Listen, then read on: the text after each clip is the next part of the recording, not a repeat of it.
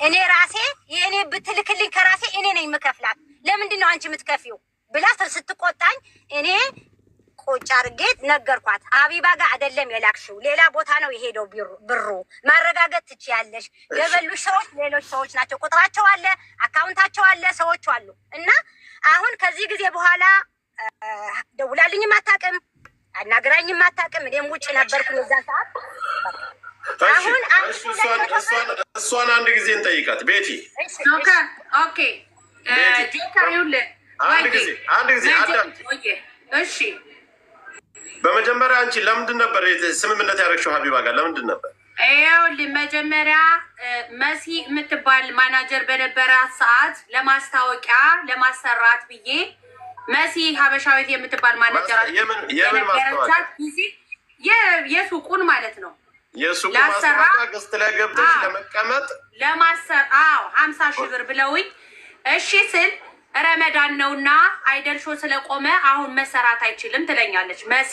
እሺ ብዬ ከዛ በኋላ ቆምኩና ከረመዳን በኋላ እራሷ ሀቢባ 1990 ብላችሁ በዚህ ጆይን እያደረጋችሁ ማስታወቂያ ማሰራት የምትፈልጉ ስትል ጆይን ብዬ ከዛ በኋላ ነው ያው ወሬው የተጀመረው።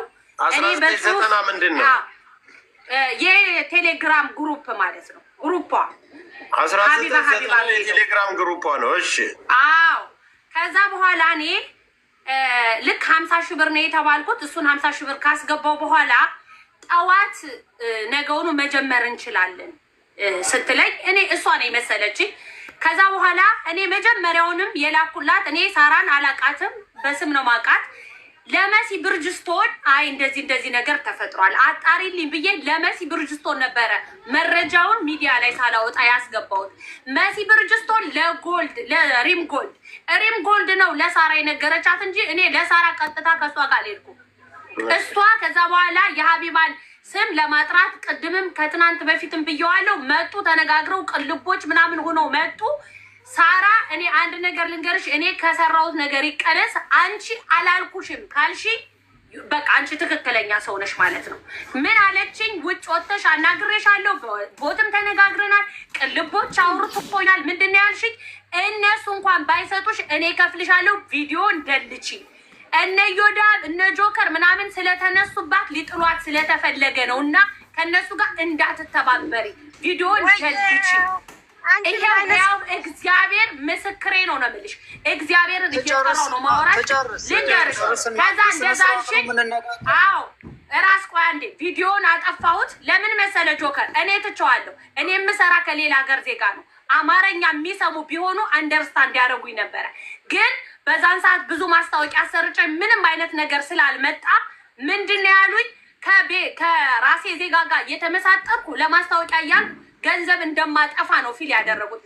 ለእነሱ ራሱ ብያቸዋለሁ። በእንግሊዝኛ ማናገር ትችያለሽ ያልኳቸው ምንድን ነው የተከበረች ናት፣ ትልቅ ሰው ናት፣ እሰጥሻለሁ ብላኛለች አሉ። ቪዲዮን አጠፋፍቼ ነገሩን ድፍንፍን ሳረገው እነሱ ያሰቡት ምንድን ነው እውነትም እኔ ብሩን የበላሁ ነው የመሰላቸው እንጂ ለምንድን ነው ታዲያ ብር ተበልቶ አንቺ እንዴት ዝምት ያለሽ ሚዲያ ላይ ወጥተሽ ለምን ብሬን በላች አትይም? አንቺ ሶሻል ሚዲያ ተጠቃሚ አይደለሽም ወይ ሲሉኝ ከዛ አይ ሳራ የምትባላለች ሬስቶራንት ያላት እከፍልሻለሁ አጥፊ ብላኛለች። እኔ ትልቅ ሴት ናት አከብራታለሁ፣ ብሩ ይመለስላቸዋል። ሚዲያ ላይ ወጥቼ አልለፋለፍም አልኳቸው። 6 ወር ትናንት ማታ ተጨቃጭቄ ነው እንደገና እንዳዲስ ለሙሌ ደውዬ እባክህን ያልኩት ማለት ነው እንጂ ብለሽኛል፣ ቅልቦች ራሱ እናስመልስልሻለን፣ የገባበት ገብተን ብሩን አምጥተን እንሰጥሻለን ብላችሁኛል። ለዛ ነው እንጂ እኔ አጫጭቄ ያኔ ባይመለስ ኢቭን ነገሩን ባላቆመው አዎ ተበልታ ነው ይሉኛል። እኔ ግን እፍንፍን አድርጌ ነገሩን አቆምኩት። ለምን እናስመልሳለን እንሰጥሻለን አላችሁ። ብትሰጡኝም ባትሰጡኝም እንደተበላው ይወቁ። እነ ጆከር እነ ሙሌ በእንግሊዘኛ ለነሱ አናግሯቸው። እኔ ተበልቼ እንጂ ብር በልቼ እንዳልሆነ ይታወቅልኝ ነው። በቃ ይሄ ነው ያለው ነገር። ደግሞ እኔ ለአንቺ ቀጥታ አልደወልኩም። በውስጥ እንደ ትልቅ ሴት በጣም ስነስርዓት እንዳለኝ የጨዋ ማህበረሰብ እንዳሳደገኝ ስሟን ለማጥፋት ሳይሆን በውስጥ በጓደኞቿ ነው የሄድኩት። እባካችሁ ይሄን ነገር በቃ ምንድን ነው የተፈጠረው ጠይቁልኝ ነው ያልኩት። እናንተ ግን አንቺም ቅልቦችን መጣችሁ ተሯሯጣችሁ ስሟን አጠራችሁ።